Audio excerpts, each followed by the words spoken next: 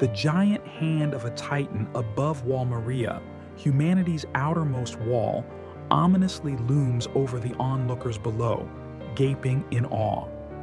The narrator explains how on that day, humanity received a grim reminder and how they lived in fear of the Titans and were disgraced to live in the cages they called walls.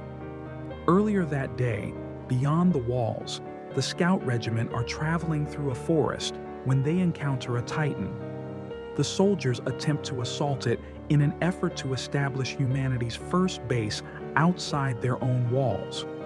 Closing in, they break into 5 groups, with some as bait and some as attack, and start using their omnidirectional mobility gear and launch an attack.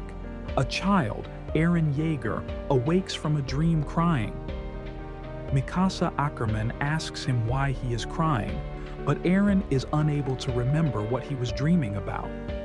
While returning to the Shiganshina district, Aaron and Mikasa encounter a group of soldiers guarding the gates, including their family friend Hannes, who are all laughing and drinking on the job.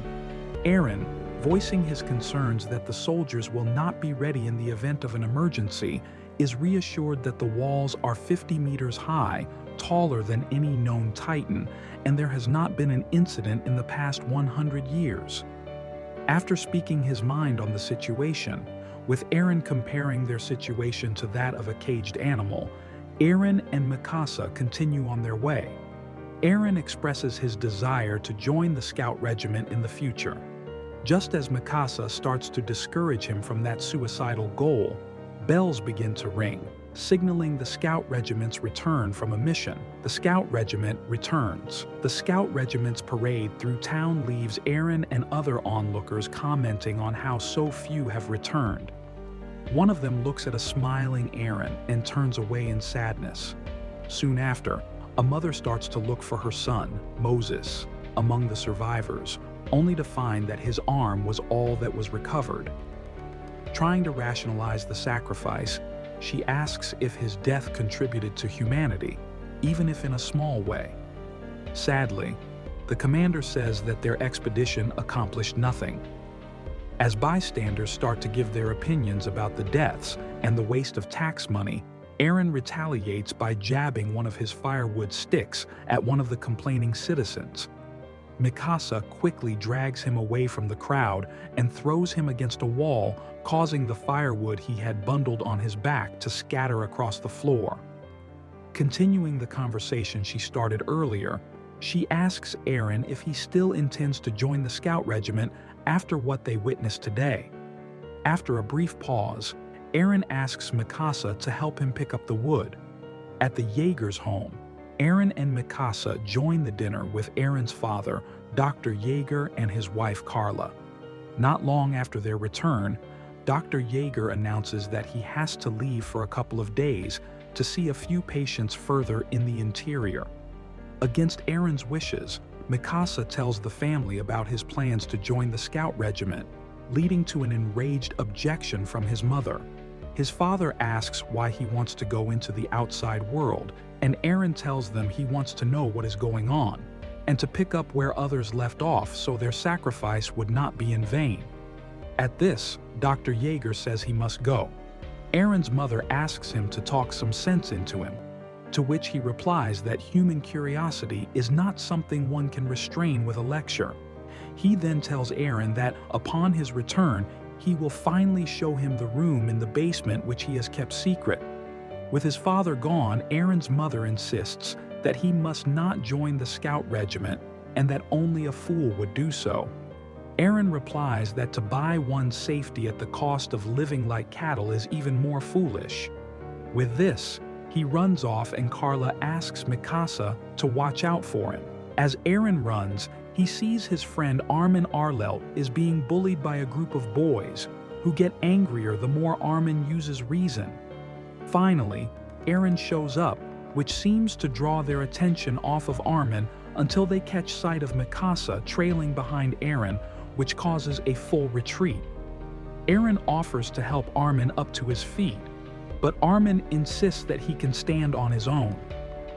Later that evening, as the three sit by the river, Armin explains the source of his assailant's anger, believing, as Eren does, that humans eventually need to explore beyond the wall, effectively renders him a heretic in the eyes of the public, as the government has declared any interest in the outside world a taboo.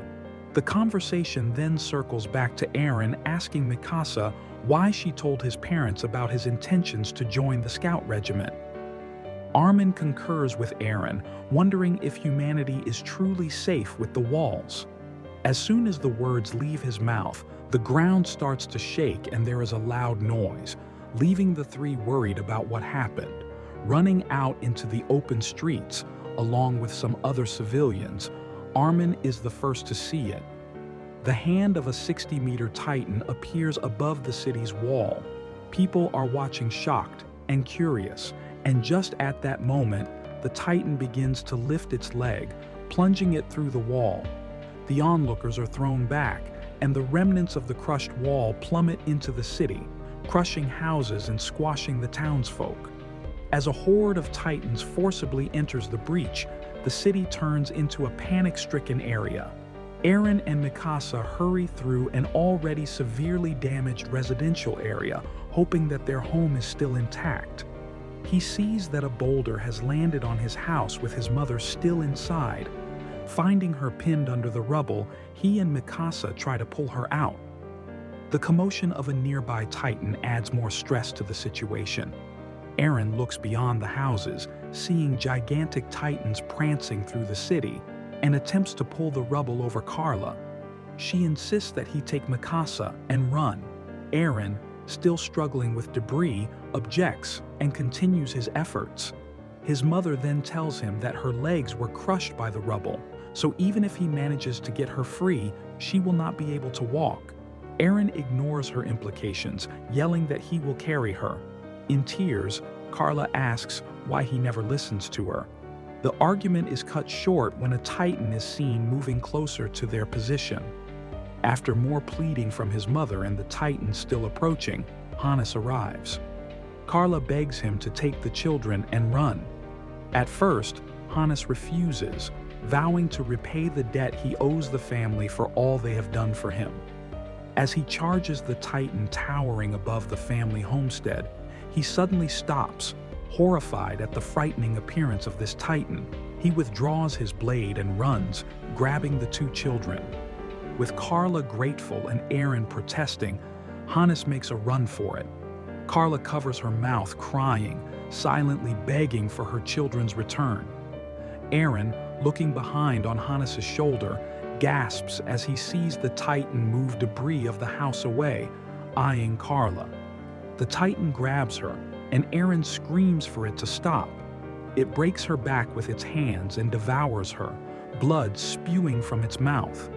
Eren can only look back in despair as the Titan devours his mother, blood splattered over itself in the ground below.